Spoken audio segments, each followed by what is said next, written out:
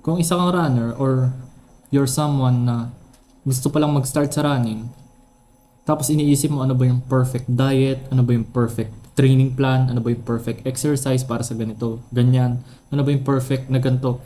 Wala naman perfect. Huwag mo munang hanapin yung perfect. Isipin mo muna kung paano mo magagawang sustainable, paano ka magiging consistent sa gagawin mo. Okay, karamihan kasi ng mga runners, nasisira yung progress nila dahil gusto nilang maging perfect. Karamihan sa kanila iniisip, kailangan araw-araw magawa ko to, kailangan every week magawa ko yan, ganito ganyan. Huwag niyo munang isipin yun.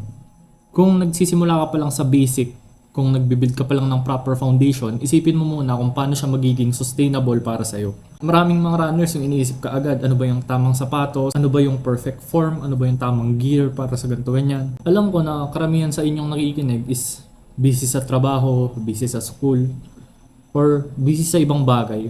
And ayun nga, naiintindihan ko na maraming mga bagay yung mangyayari, marami yung mag-i-interrupt sa kung anong ginagawa natin ngayon. Marami tayong mga challenges na haharapin, lalo na kung sinisimulan natin yung isang bagong journey.